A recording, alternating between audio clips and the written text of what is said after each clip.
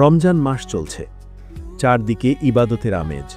কিন্তু আমরা একটা কথা ভুলে যাই, মৃত্যু কোনো সময় মানে না। রমজানেও মানুষ মারা যায়। তাহলে প্রশ্ন হলো, রমজানে মৃত্যু কি বিশেষ কিছু?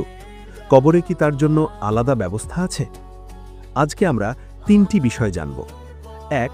রমজানে মৃত্যুর ফজিলত কি? 2. ইবাদতকারী ও গাফেলের কবরের অবস্থা কেমন হয়? 3. এখনই কি করবেন যাতে কবর আলোময় হয়? চলুন শুরু করি। প্রথমেই একটা ভুল ধারণা ভাঙা দরকার।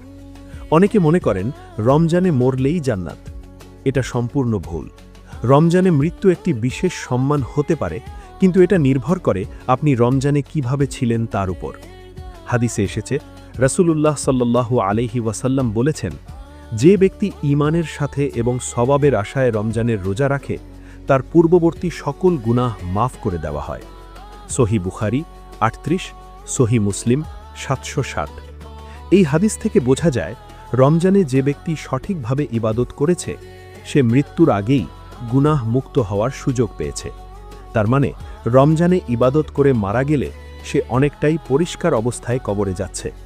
আল্লাহ তাআলা বলেন, হে ঈমানদারগণ, তোমাদের উপর রোজা ফরজ করা হয়েছে, যেমন ফরজ করা হয়েছিল তোমাদের পূর্ববর্তীদের উপর, যাতে তোমরা তাকওয়া অর্জন করতে পারো।